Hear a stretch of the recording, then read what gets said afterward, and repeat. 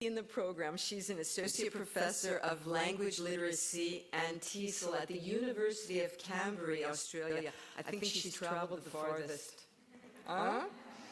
We feel especially honored to have her with us again. She led us in the past as chairperson of our association, and now she's back to share with us again. Personally, I admire Misty as the good example for all of us. She's committed to academic research, to volunteering in professional organizations, and to teaching online and off. So we'd like to again thank TESOL International for providing for her trip. Misty, take it away. I will.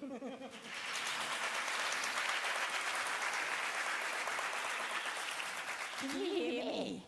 I asked especially to be mic'd up like Madonna because I've always wanted to walk stage. So here I am mic'd up.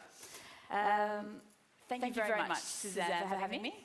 Thank you very much, TESOL Greece, for having me back again. I'm so happy to see so many old friends in the audience from my time as the chair of TESOL Greece. That time set me up really for the rest of my career. So think about that at the AGM tomorrow when you're thinking about volunteering for the board. Because after being chair of TESOL Greece, it really opened my eyes to what advocacy means for the profession. And I went back to Australia and I became the chair of the Australian Council of TESOL Associations, which is the Australian equivalent of TESOL Greece.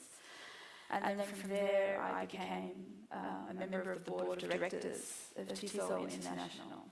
And I do all of that work because I think it's important that teachers have a professional voice. So I encourage you at the general meeting tomorrow to think about putting your hand up for the board. You never know where it will take you. So my talk, I have the honour of opening today. And I have to really set a little bit of a scene for those of you who don't know me. So my name is Misty Adoniou. So that sounds half Greek. So the name Misty comes from hippie-like parents in the 60s in Australia. So Anglo-Australian parents who were obviously enjoying the 60s and giving me a name to match it. And the Adoniou comes from marrying a Greek. So I married my Greek here in Greece. I probably shouldn't say, because this is being recorded, how we met. But let's just say that yes, I am one of those foreign girls that stole away one of your Greek boys. Sorry.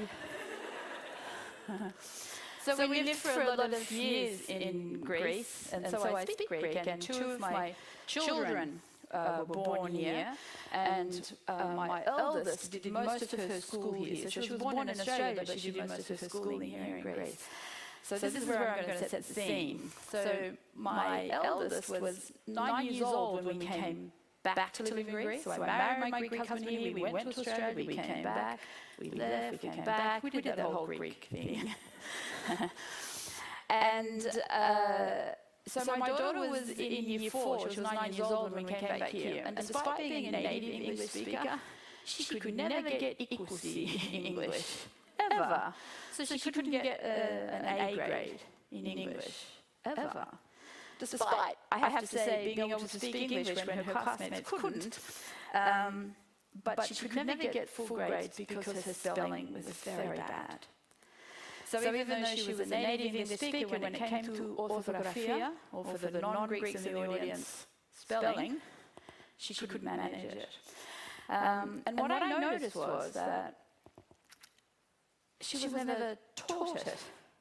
She was tested on her orthographia every week, but she was never taught her spelling. So it was always seemed to be just assumed that somehow you would learn your spelling words, and you would just perform at the end of the week and be able to spell them, and she never could. When we went back to live in Australia, I noticed that it was exactly the same for native speakers of English also, that in school spelling is relentlessly tested and never taught. So that became an area of my research interest. So I did my PhD, and my PhD was looking at what it is that teachers find challenging to teach, and it turns out they find spelling challenging to teach. And so therefore they don't teach it.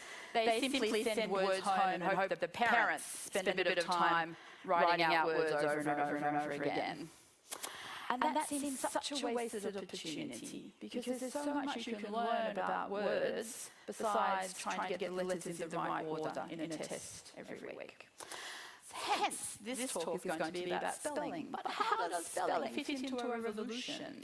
So when I heard that this was the topic of the theme for the convention, I first began to wonder about those two words, and you might have noticed that they're kind of a play on revolution and evolution. And that made me curious then about those words, because now I'm very curious about words all of the time. And that word revolution, which we kind of understand to be an upturning and an upheaval, is obviously related in some way to evolution, which is somehow a growth. And I wondered what the actual common denominator in those two words was. And so I looked it up, and I found out that it's volve, so it's a Latin root word in English. And volve simply means to turn. So there we go, got a bit of turning happening there. Now, if we look at that root of volve in revolution and evolution, we can find it working like this. So there's volve, there's the Latin prefix of x, so it's to roll out. There we go, there's a bit of rolling out of humankind. And then revolve obviously has the Latin prefix of re to mean to roll again. And here's an interesting word, revolver. So you know why it's a revolver? Because it was the very first time that a gun could shoot more than one bullet by putting the bullet in the case, and the case would revolve around so a new bullet could come in. Hence it was called a revolver.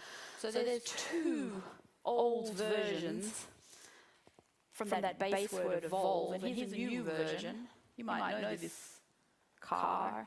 Do you know this car, what brand it is? Volvo. So those canny Swedes dipped in to Latin as well, to use that root of volve for rolling around to name their car. So it's kind of interesting how words work. You might...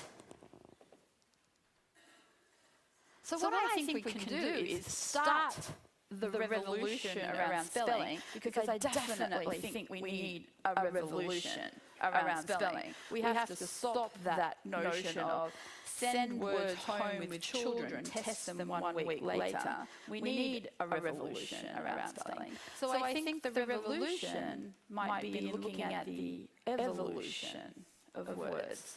So the evolution of words, the evolution of English. So you've probably seen this family tree before. So the two languages that I know best, Greek and English. You can even see in the family tree how very differently they have evolved. Greek is such a pure pedigree. Look at that. There it is. Greek. That's it. Pure. And old. 5,000 years. Look at English. Oh, what a journey. All the way down here. Only 1,400 years. A really young language. A really old language, Greek. English, a really young language. Greek, a pedigree language. English, a mongrel language. Really a mix of a whole lot of other languages. So the little brief history, the evolution of English. You might know this clip I'm about to show. I remember my big fat Greek wedding came out while I was living here in Greece. I laughed so much. It's so familiar. So you're going to hear Mr. Portokalis talk about the origin of English. Let's see what he has to say. Apparently, every word in English has a Greek root. Give me a word. Any word, and I show you how the root of that word is Greek. Okay? How about arachnophobia? Arachno, that comes from the Greek word for spider, and phobia is a phobia. It means fear. So fear of spider. There you go. Okay, Mr. Portokalis, how about the word kimono? Kimono. Of course, kimono is come from the Greek word kimona, it means winter. So, what do you wear in the winter time to stay warm? A robe. You see, robe, kimono, there you go. It's obvious that all of English comes from Greek. He's exaggerating, but actually less than you might imagine. In fact, 80% of the 250,000 words in English are of Latin or Greek origin. But of the 100 most frequently used words in English, around 90% are from the original Germanic. So the most common words are our Germanic words. But if you want to achieve well in academia in English, then you need to know your Latin and Greek roots. So for all of the Greeks in the room, you have got a head start when it comes to academic English. And that really should be a key starting point for studying words in the Greek context. But let me just tell you quickly, in case you didn't already know exactly how the history came about. So, once upon a time, there were these people called the Celts, and they were occupying the British Isles, the indigenous people of the British Isles. Right? There they were, living their life, speaking the Celtic languages. So that's 2,000 years ago. And then along came the Anglo-Saxons. Pretty much wiped out the indigenous languages. What is it about the British and wiping out indigenous languages? They did the same in Australia. We have hardly any Celtic words in English, hardly any at all. Which is kind of interesting, isn't it, given that was the indigenous language of those islands that we now call England and the British Isles. We have the place names because it's quite handy to keep the place names of the indigenous languages because that's how you figure out how to get from one place to another.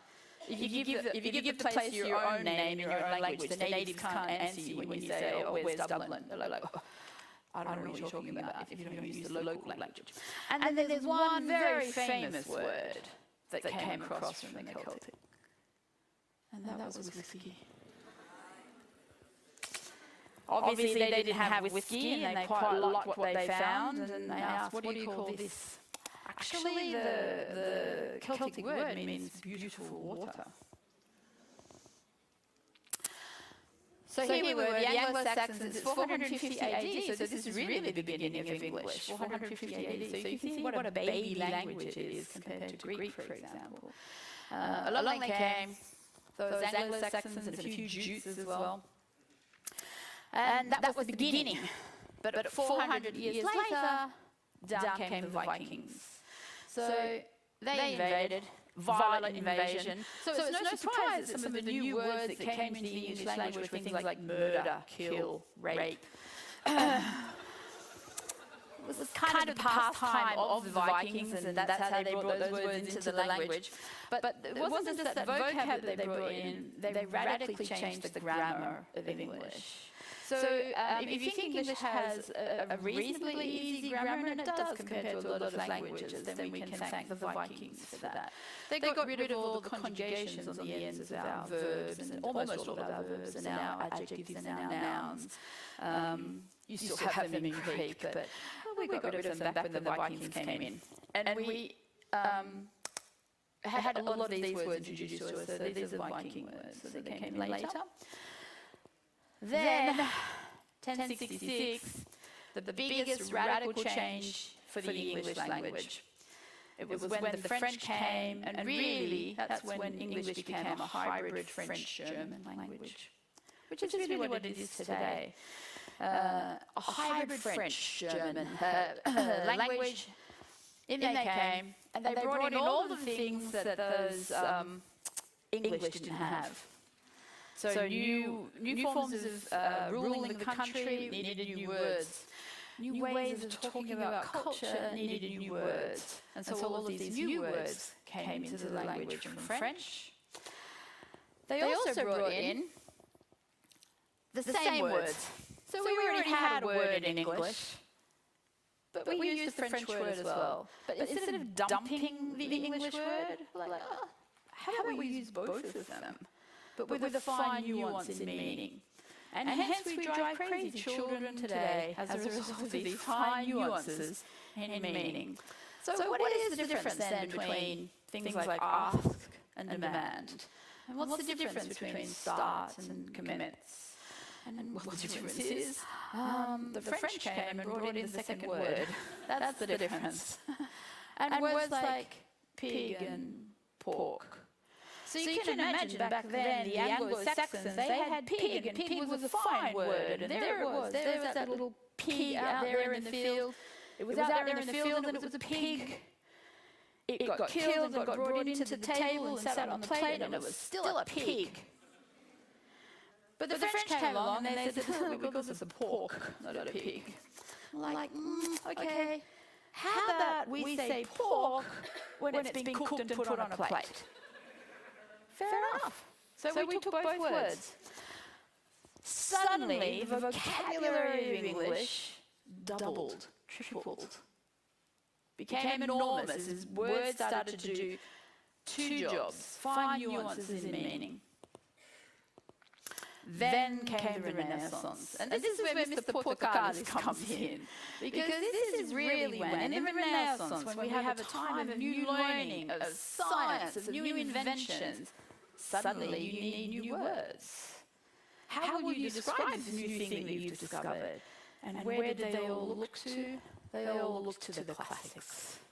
They look to Greek and Latin. And in fact, to this day, they look to Greek and Latin when naming new things. So all these things came in from Latin. Good old arachnophobia. Telephone and psychology, all examples of words that have come in later centuries, and the scientists have looked to Greek to name those things. So Mr. Portocalis wasn't too far wrong. About 80% of our words actually now come from Greek and Latin. But the story wasn't finished yet, so English is growing and growing and growing and growing. The British by now are trading all over the world. And when they traded, they go to countries, they find things that they've never had before. What are they going to name them? They'll just use the name from the country where they found it. So I wonder whether you in the audience can figure out where these things have come from. Cigar and chocolates, tea and kumquats, oranges, bananas, and harems and kismet. There'll be some people in the audience who know that, I know. Have a chat with people next to you. Can you figure out where did we get these words from?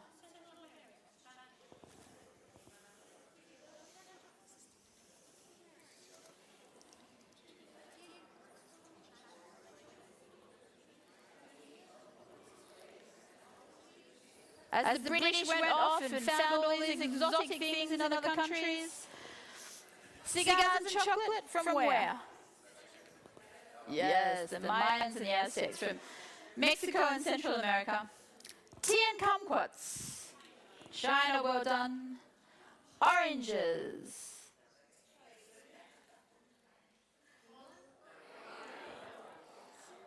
Banana. Harems and kismet. Come on, there's a lot of Turks in the room. Woo! Turkey. So there we were trading and bringing back lots of words from those countries. And then, of course, England started colonies around the world. Like me, I'm a colonial all the way from Australia. And those colonies started introducing new words into English. So see if you can figure out which colonies these have come from.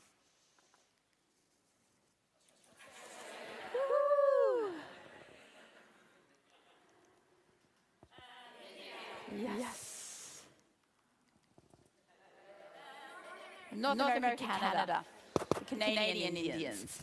So now everybody owns English. English is now all over the world. So in fact, every single word in English is in fact a little treasure box of its social history. And that makes suddenly spelling so much more interesting than here's 10 words, remember them off by heart for next Friday. Because now words are worth exploring because they tell you so much. Tell you so much. So do you know this word here? It's the classic, oh my God, why is English spelling so crazy word? Yacht. It's like really? I mean, how is that yacht? Really? Let me tell you a story. Let me unpack the treasure chest that is yachts. So once upon a time, here we have the English Channel. Here we have the Netherlands. Take note, that's going to be important in the story. Here we have England, London. So over here, the Netherlands, they were a great shipping trading company. Their ships were plying the oceans, and they were getting a little worried about pirates who were forever ransacking their trading ships. And so they invented a new little boat. It looked like this. And it was smaller than any of the trading ships. It had sails and it was very nimble. It could move quickly and it could maneuver quickly. It was excellent at protecting the large trading ships from pirates. And over here in England, it was the time of King Henry VIII. King Henry VIII is looking over, up and down the straits, seeing these wonderful little new craft. Everybody's always jealous of what other people have got. And said, I want some of those. What are they called? And the Dutch said, yacht. And those who speak German will know that the root of that word is in hunter. So they were little hunting ships. They called them little hunters. So King Henry says, I want some of those. What do you call them? And the Dutch said, yacht. And he says, yacht? Using English letters as close as possible to represent those Dutch sounds and coming up with yacht, which is how it was pronounced in the beginning. It was how it was pronounced. But over time, we English, we really don't like those sounds in our throat. It's why English people are so bad at making and in Greek. You know, we'd rather speak at the front of our mouth than down our throats. So yacht became yacht. We just got rid of that hard sound, too hard to make. That's the little story of yacht. So silent letters in English were almost always said once upon a time. And they have a little story that goes with them. So, if we're going to have a revolution around spelling, then we have to think differently about words. We have to not think of words as simply strings of letters randomly strung together. We have to think of words as little treasure chests of social history. And to do that, we have to get rid of two really dominant prevailing myths around spelling. And I wonder whether you subscribe to either of these myths. The first is, Myth number 1, English spelling is random and chaotic. Have you ever said to any of your students when they've said, why do you spell it like that? Why do the English spell it like that? And you've said, I don't know. The language is just strange. Learn it. So if you've ever said that, then you've subscribed to this myth that English spelling is random and chaotic. English spelling is actually systematic and explicable. You can explain why words are spelled the way they are. And once you have a system, then it's much easier to learn how to spell. Because now you're no longer learning letters off by heart, which is, let's face it, the equivalent of learning a lot of PIN numbers. Very difficult to do. But if you have a system, much easier to learn to spell your words. So myth 2, so we're going to get rid of this one. English spelling is not random and not chaotic, it is systematic. Myth 2, that English spelling is an oral or a visual skill. So an oral skill means that if you've ever said to children, well, listen for the sounds that you can hear, then you are telling them that English is an oral spelling system. And it is not. There is a 12% match between sounds and symbols in English. So if you're going to rely on sounds, you're going to get the spelling wrong 88% of the time. Not a good figure. And neither is English purely a visual skill. And if you've ever sent your children home to write out their words 20 times, then you're telling them that English is just visual. Just write it lots of times and then you'll remember it. That's an impossible task. There are too many words in the English language for us to learn them off by heart. So we want to get rid of both of those myths. And to get rid of those myths, we have to think about what English is. So, about English, let me tell you some things. English is not a phonetic language.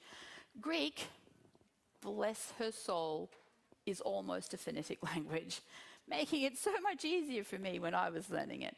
But English is not. So English has 26 letters, but 44 to 48 phonemes. So phonemes are sounds. Why do you think the linguists can't decide whether there are 44, 45, 46, 47, or 48 sounds? Why? Yeah, varieties. It's your accent, right? Depending on your accent of how many sounds you'll make. So I'm Australian, so for me you're hearing only 44 sounds. But there are accents in the north of England where you'll hear more than 44. New Zealand has one more sound than English, so they have 45. There are accents in the south of America, in the southern states of the USA, that have more than 44 sounds. Of those 44 sounds, 5 are vowels. Fine, we know those, A, E, I, O, U. But here's the kicker in English, and you'll know this. Those 5 vowels make 20 sounds. That's highly nuanced, highly nuanced. If you're having to learn English, you're having to be able to discriminate between 20 different vowel sounds. Very challenging. So English, if English is not phonetic, what is English? English is what the linguists call morphophonemic. So that means that words in English are formed by their meanings as well as their sounds. So I'll give you some examples of that shortly. And third important thing, English has a lengthy and long evolution. And I gave you a very tiny excerpt of the evolution of English to help you understand how every language that has come and influenced English, we have just adopted their spelling patterns. We haven't applied ancient English spelling patterns to new words. We've simply used the French spelling pattern or the Spanish spelling pattern or the Greek spelling pattern. So if you want to know how to spell a word in English, you really need to know where the word has come from. So I'm going to look particularly at morphology because that can really cause a revolution in your spelling. So morphemes are the meaning units in a word, and often a word just has one morpheme, moon, cup, run, but many words have more than one morpheme, joining them together. So let's have a look at the classic compound words are just two morphemes banged together. And we've got cupboard, which is cup and board, and breakfast, which is break and fast. So I wonder, can you ask a person next to you why the word we say as cupboard was once called a cupboard, and why the word we say as breakfast was once break fast? Can you ask the people near you to see if they know the answer?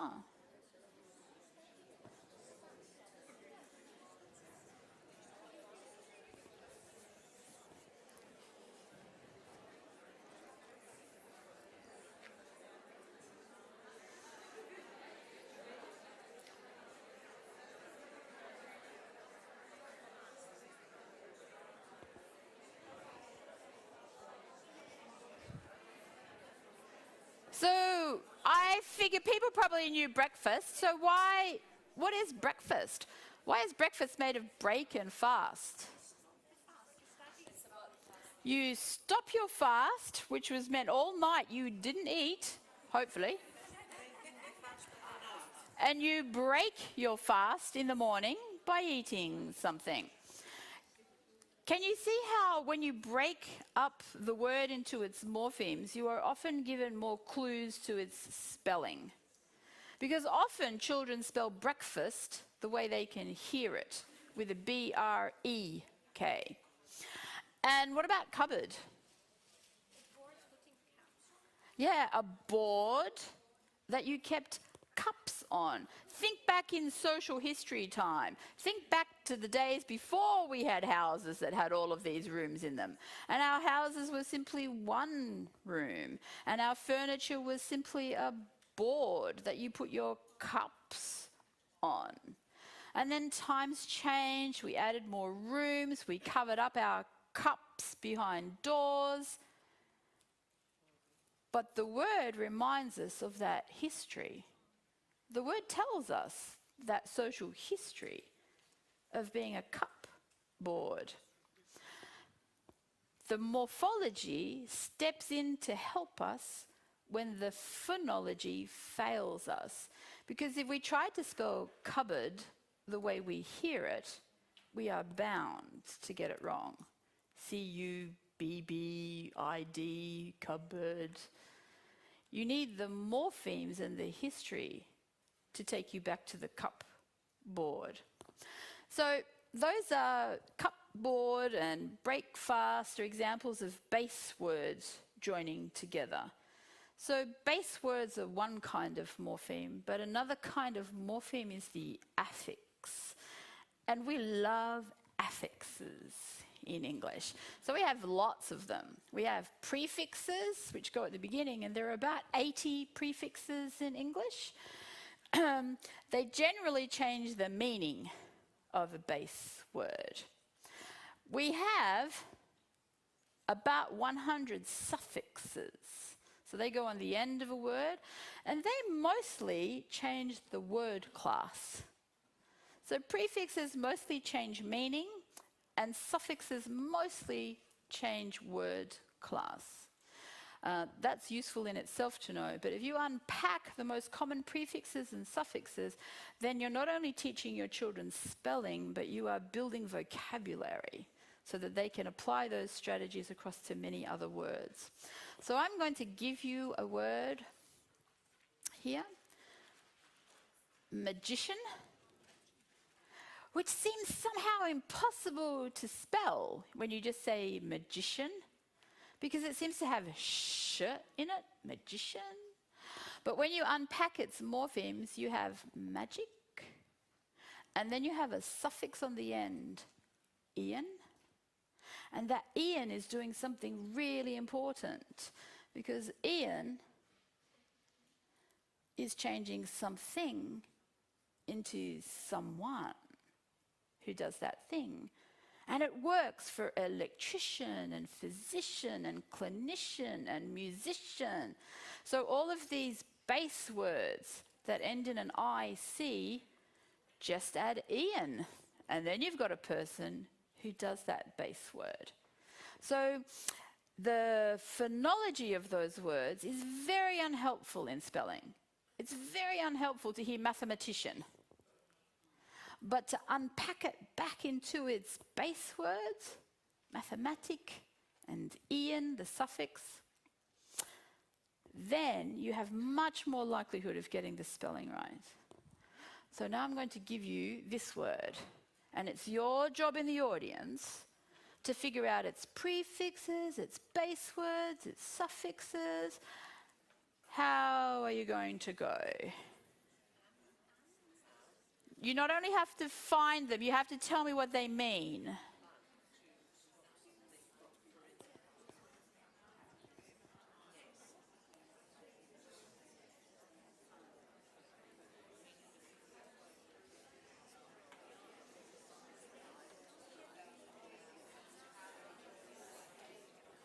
Put up your hand if you think that there are, I want to know how many morphemes there are. So how many base words, how many parts to this word? Do you think there's 3? I'm going to tell you there are 4. 4. So what are the 4? Un. Prefix means not. You got that one, I'm sure. Hap. Base word means luck. Very old word, very old Anglo word. You know those Anglo-Saxons that were there 450? One of their words. We hardly ever use it by itself anymore, but we use it in a lot of other words. So you'll see it hanging out with other words. And there it is, with a Y, a suffix that turns nouns like luck into adjectives. Like my name, Mist, put a Y on the end, you've got an adjective. That's me, Misty. Ness, suffix, turns adjectives into abstract nouns. So do you know now that you know this hap is a base word, a really old English word that never really hangs out by itself anymore, can you think of other words that it does hang out in? Happen? Happenstance? Mishap? Perhaps? Perhaps, happen, happenstance, mishap. So there is that little old Anglo word hanging out in all of these modern words. So knowing where words come from is very, very helpful in spelling, but even more helpful in vocabulary development and comprehension. If I now know that hap means luck, I now know what mishap means. So it can tell us, knowing where the word comes from, can tell us much about how to spell. If I know it's a Greek origin word, then I know, for example, that when I see PH, it's going to make the sound of F. And I know it's a Greek origin word. So let me tell you another story, the what, when, where, why story. Do you know this story? So once upon a time, there's good old England again. There's England. And once upon a time, there was a king called King Alfred. And he was really the first English king to bring together all of these tribes all over the north and south of England. And when he brought them all together, he said, it would be handy if we were all writing our words the same way. Up until then, everybody's just writing them the way they said them. Now, accents were different, so the people up here were writing it differently from the people down here, and they were writing it differently from the people down here. People were spelling the way they spoke. So spelling was random all over England. And this is how these words were spelled. So they were spelled that way because they were said that way. So it was what, where, when, why. And I think if you go somewhere up in the north today, you'll still hear a bit of what, when, where, why. Now, I told you King Alfred came along. King Alfred's like, you know what, it would be much easier for me to send out my messages for taxes if we all wrote the same way. So down here where he was in the Midlands, they had long since dropped the h. And it was just what, where, when, why. And so when he sent out his new missives all over the country to his united peoples, by 1200, that's how these words began to be spelled. It was only 100 years later, so something had obviously happened. The people up here were getting these letters from the king, and they were like, we don't know what you're saying. What is this word? We don't know this word. And the king said, oh, okay, you can have back your H, but we are not putting it at the beginning of the word. You can have it here, but we are not saying it. And they're like, well, we're saying it. And that's why those H's are there, to remind us of once upon a time, they were there and they were said until a king decided otherwise. So it's a lovely story. And if you teach Proti, you tell them that story, they remember it straight away. They remember it and they can then spell these words correctly. What about the silent W in to? You can't hear it in to, but you can hear it in lots of other words that are related to to. What are some of the words you can hear it in? Twin, between, twain, 20, 12, twine, twice. So you can hear it in lots of the other family words. And it was once in two as well. You could hear it in two as well. But if you teach your kids how it's related to all of these words, they also then begin to understand the meanings of these words as well. So twine's a beautiful one because it's two things twined together. Silent letters in English, well, actually, they all once had voices. Once upon a time, they had voices. So, I have to wrap up soon. So we're going to go to eponyms. Eponyms, I love eponyms. Kids love eponyms. Eponyms are when words are named after a name, a place, a person. So I'll tell you this one, since we are having a bit of a technological theme in this conference. Bluetooth technology. You know, the wireless system that connects different operating systems together. Where did the name Bluetooth come from? I'm glad you asked.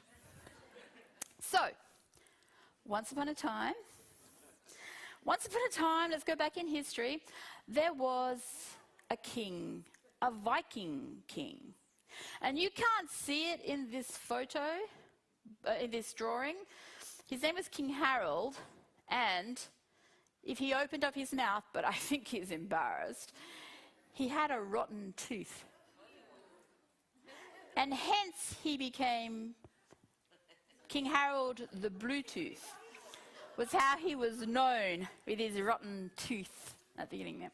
So besides the fact that he had poor dental care, King Harold was a good king. And he did something wonderful. He joined Norway and Denmark together so that they finally stopped warring with one another. Are you getting a theme that he brings Denmark and Norway together? Two different operating systems working together, communicating. Bluetooth technology, Sony, Ericsson and Nokia working together up in Scandinavia, coming up with Bluetooth technology and looking to their history to name this new technology that's joining different operating systems together. So there you go. So that's the symbol. It's Harold Bluetooth joined together to make that little Bluetooth symbol. So the words in English have amazing histories. So they're not there to make spelling annoying for your children. They're there, English words are there to be excited about, to be curious about, to find out more about. Let me go with this last one, portmanteaus, because they're wonderful. So portmanteaus are when you, not compound words when you take cup and board, but when you take parts of a word and join them together. You blend two parts of a word. So that one is? So it's what? Breakfast and what's this one? Motor, hotel. What's this one? God be with you. There they are. Breakfast, lunch, motor and hotel. God be with you. Breakfast and lunch. When do you think brunch came in? Give me a rough year that we had brunch for the first time. 1960? 1896. It's old. Brunch is old. What about motels? When did they come in? 60s?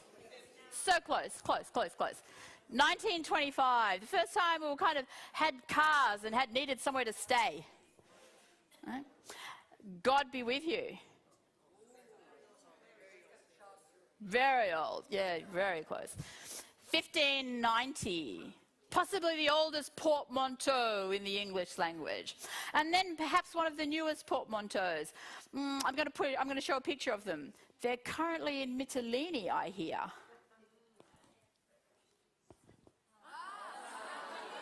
Brangelina. There's a portmanteau.